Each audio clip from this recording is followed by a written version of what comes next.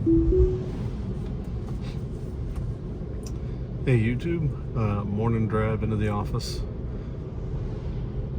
Probably not going to do as much talking as I have on the shorter drives, but this is just opportunity to kind of see the mixed driving. I know of a couple of points along the road or along the route where it'll run into trouble from time to time. Sometimes leading to a disengagement, sometimes just leading to an awkward moment for, the passenger. So we'll try and let it do its thing. As it stands right now, I just kind of kicked it on, left the house. I'm only about a mile or so from the house, but you can get a sense of what we're going to be doing here is turning left onto a two-lane road. That two-lane road becomes an on-ramp for one of our interstates, if you want to call it that, lack of a better term, on this side of the county.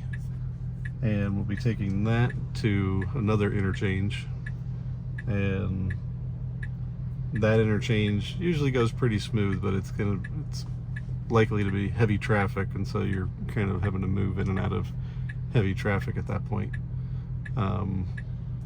So we'll see what lane the car drops into and how it reacts, but when this double lane merges down into one lane, it's very clear to me that the car doesn't recognize that it needs to merge. Now we'll see if that's changed. I think this will be the first time if I end up in the right lane here. So let's see.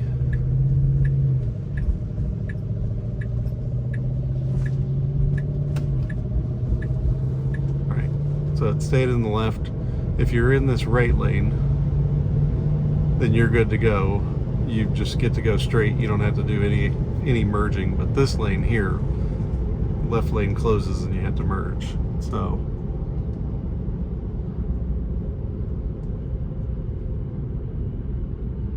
paying attention to the cars that might come up behind us, we'll see. But we'll let it kind of do its thing. So very hesitant to go through. I don't know if that's just because that light is out. So no signal yet. We haven't signaled that we're moving over. Still not signaling that we're moving over. Still not signaling. And we basically just ride the line into this. If there had been another car there, it becomes super awkward. So oftentimes kind of having to disengage there. This car is wanting to get over. FSD is kind of like being jerky and was actually trying to speed up, so preventing it from being able to get over.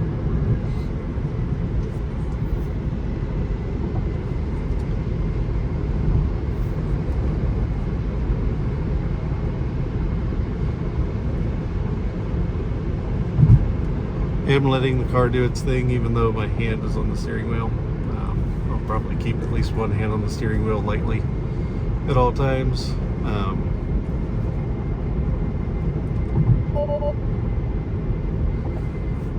So it looks like just because of the road conditions, the fact that we've had some rain and some sprinkles, the FSD engage taps me out at 65 miles an hour. So road speed limit is 60, so that's fine. And it'll be 60 pretty much the whole way into the office.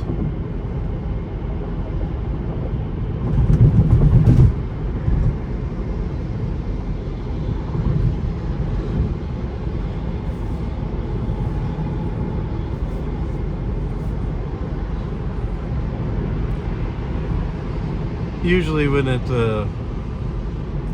has rain like this in the morning, it really creates a situation with traffic going into St. Louis. Just for whatever reason, normal heavy traffic mixed with bad weather, and people slow down, people still drive a little aggressively, end up with more accidents and things of that nature. I will say that's one thing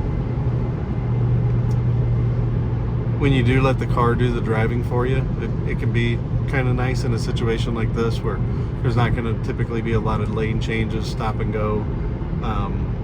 So lets you kind of chill and relax and take things in, and you can kind of see how other people drive a little bit more, right? Instead of being so hyper focused on what's immediately going on around you.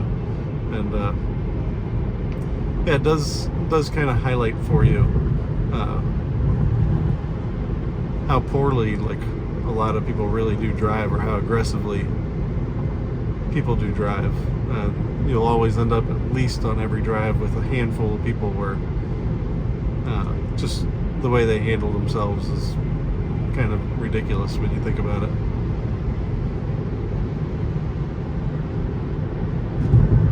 Lots of Mario Andretti type, gotta get somewhere fast, I don't care, I'll weave in and out of traffic. And the way they do it, I mean, you know, you drive fast, that's fine, but when you're doing it in such a way that you're putting other people at risk, then it's a problem. So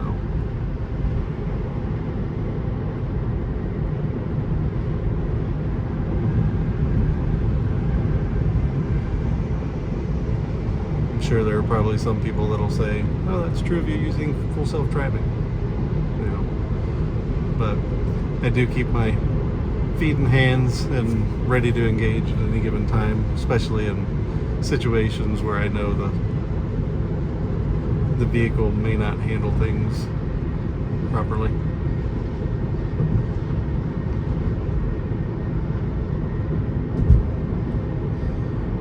So this is kind of a situation. We're doing 53.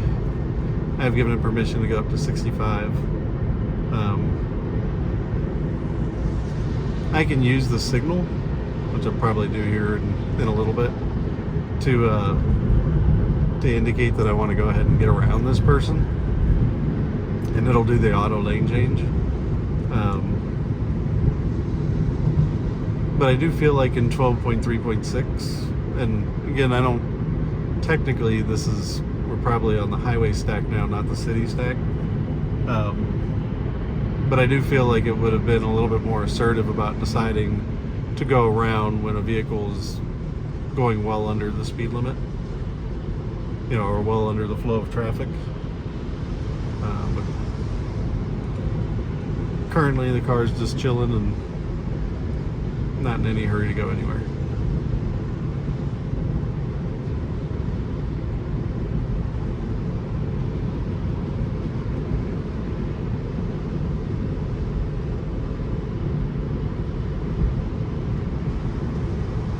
Traffic is just heavy enough right now that,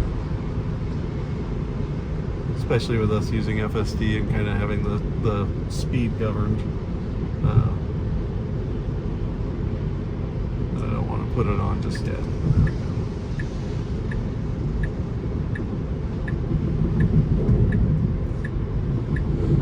So for those that don't know, if you tap your blinker like that, it'll change lanes for you when it's safe to do.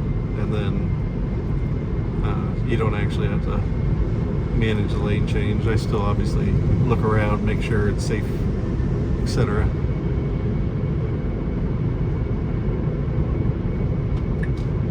I'm going to go ahead and get us back over out of the faster lanes.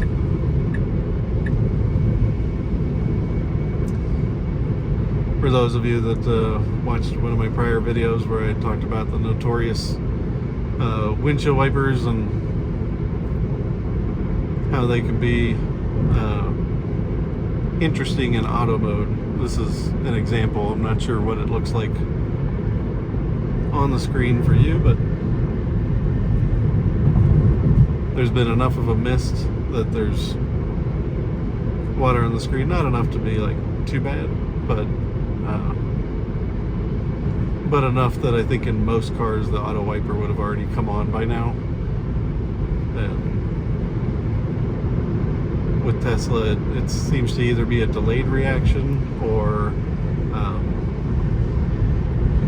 sometimes it'll just come on for some random reason that you can't figure out.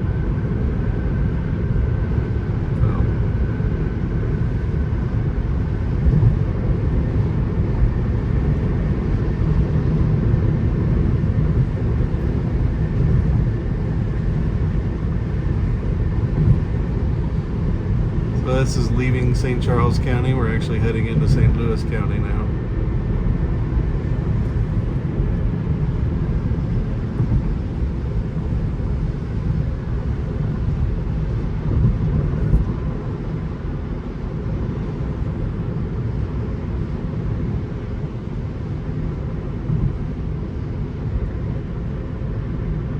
Another notorious spot because this exit for 141 just gets so backed up. They did work to expand it, make it better for people to get off of this road and onto the next, but for whatever reason it still gets backed up. And so the reason why I say that, for whatever reason, is the way they set this up is when you take the off ramp, if you're making a right hand turn, they actually set it up so that you have a lane that gets to just go. You don't have to stop for a light or anything, you just keep moving. So unless a lot of people are up here trying to turn left, this really should consistently move and not get as backed up as it does. But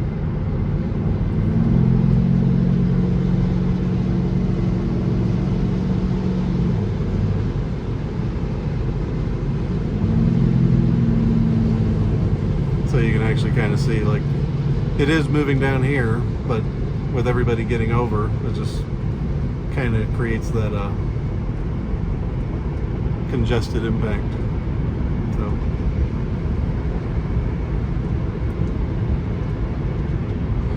that's me turning on the windshield wiper because it still hadn't come on yet. It's time.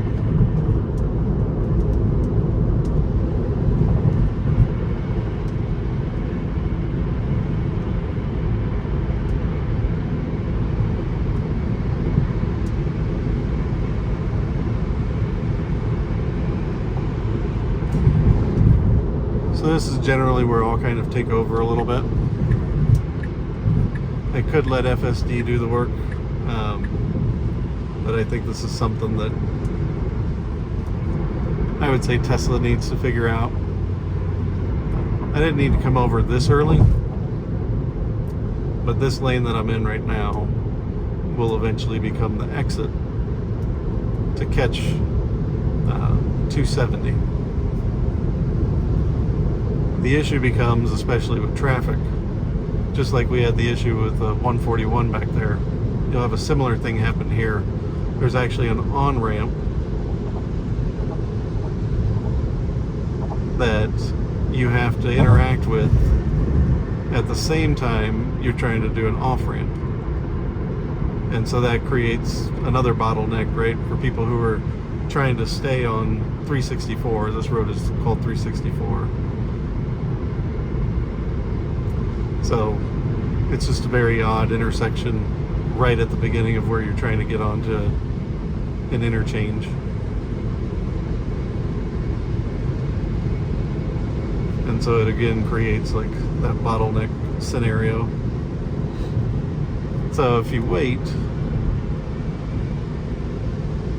and people say right or wrong either way, if you wait, the car typically doesn't try and get over until you're about a half mile for your exit. And the problem with that is, as you can see, we're an eighth of a mile out and we're already kind of coming to that slow start-stop type thing. So, how would it handle it? It would get down another 0.2 of a mile, and then it's going to try and merge over into this lane. But you go 0.2 of a mile, and you have an on-ramp that's trying to merge left while you're attempting to merge right. And again, just creates a situation that I think the most prudent thing to do when you understand how the traffic works and you have that kind of experience with it is go ahead and get into the lane early and just deal with the start and stop. Trying to zipper merge down here too many cars trying to do too many things at the same time, and I think it causes more problems and more safety issues than me just telling the car to go ahead and get over into this lane.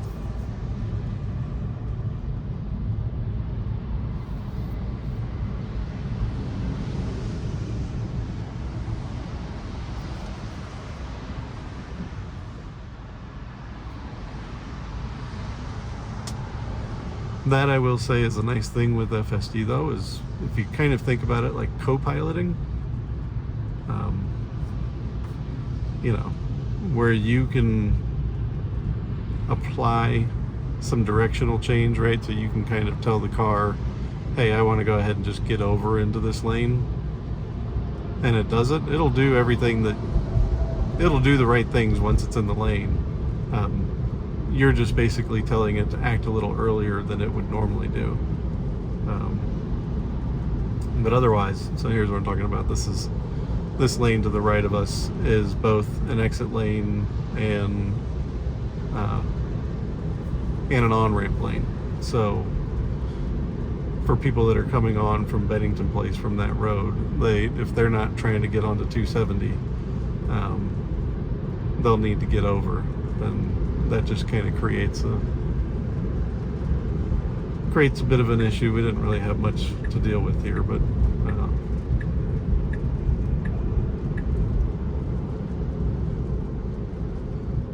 and so I kind of knew. Another nice thing about doing FSD is, right, you plug all your information in, you become traffic aware the second you get into the car, because it actually knows, right, this is a day that I drive to work, and so it's automatically preloaded in there and pops up like, hey, press the brake if you're ready to go to work, kind of thing. So once you get in the car, you already have an idea of what road conditions are like, and what you're likely to experience. For instance, sitting at a dead stop at an interchange. So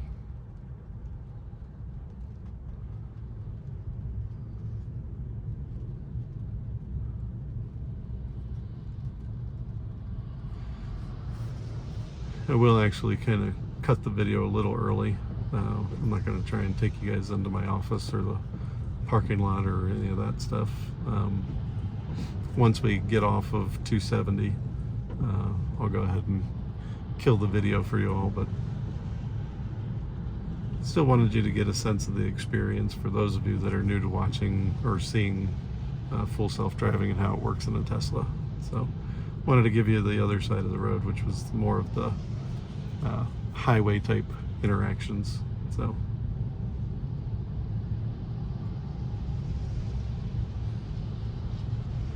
and so again, typical city type scenario where we're actually not even really in the city. We're still very much in what I'd consider to be the burbs, but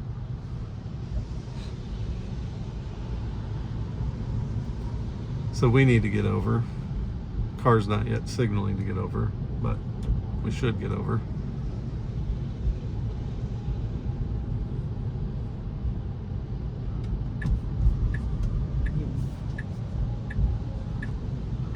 That was a little aggressive. I told the car to go ahead and change lanes, and it saw an opportunity and just jumped right in, dove right in. Thankfully, the car behind us was actually wanting to go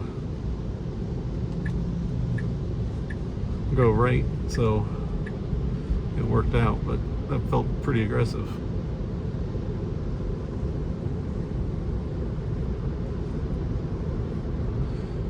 So the lane changes we've made there were all because I've indicated to the car that I want to go ahead and change lanes.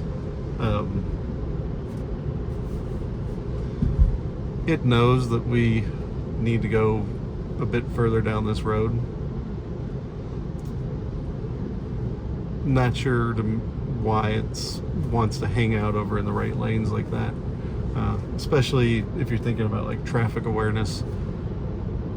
Almost all, you got a whole bunch of cars behind us that need to get over because they're going to be taking this exit. And so again, we're having that issue of overlap with people that are trying to take an exit and get off the road versus people who are trying to get on. And if the car moves over to the left, it would have more freedom to navigate, probably move faster, get us to our destination faster. However, it's kind of hanging back. Again, I don't necessarily mind it. We're going the flow of traffic at the moment, so yeah, if we were over a lane or two, it might go faster, but it's not really a dramatic difference, so it's fine to be chill.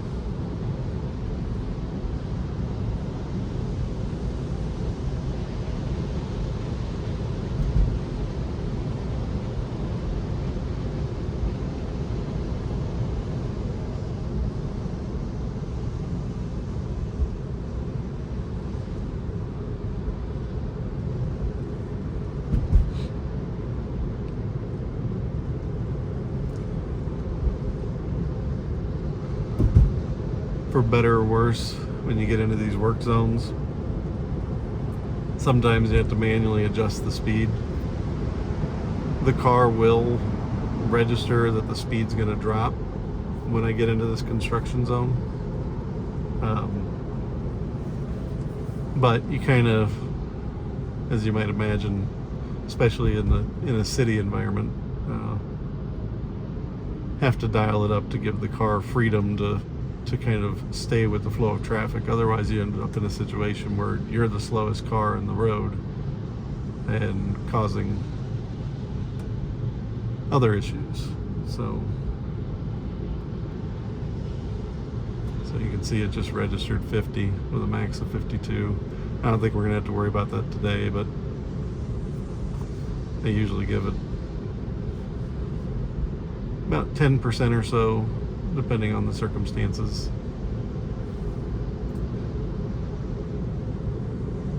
So give it the freedom to adjust as it needs.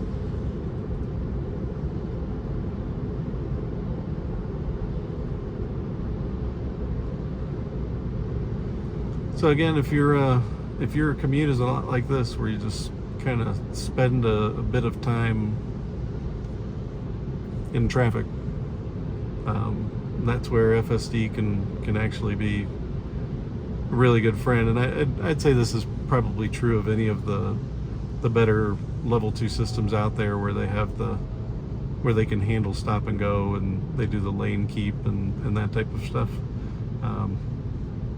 It's just nice to be able to use those tools and let the car just do a lot of the work while you just kind of chill and watch what's going on and remain ready to react. Keeps the drive a little bit more low stress most of the time. When things are moving faster, it's actually can even be more stressful if you have FSD on sometimes, just because you're not always sure how other cars might react or what they might do and how that interacts with your car.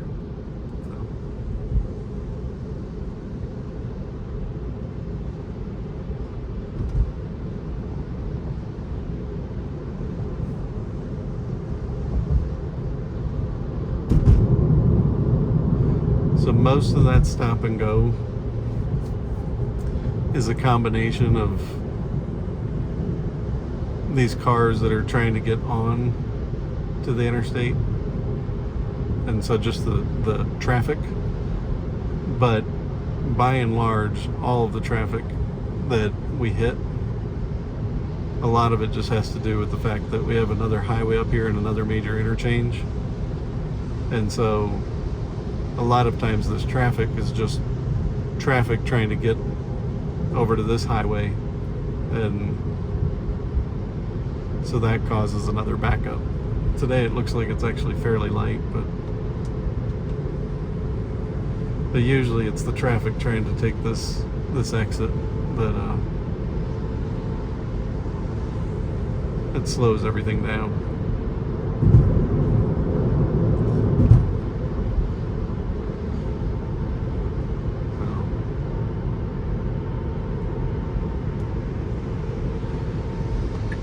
This is also where I'll kind of take over again because we're coming up on my exit soon.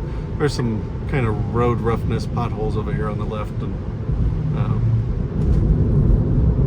I just prefer to avoid them. Knowing about them, I just go ahead and get over. This is from the highway. They're going to try and get on. It's a very, very long exchange, so technically this on-ramp is also my off-ramp. So try and give people a chance to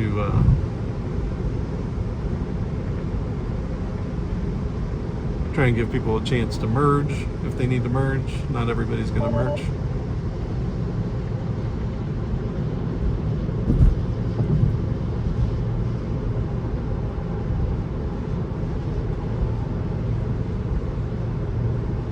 And so this is another one of those where it's a very long on-off ramp.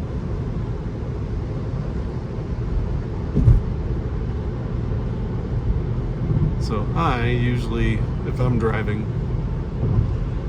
by now I've already gotten over. Traffic's not in a situation where it's a big deal, but sometimes when traffic's heavier than it is at this very moment,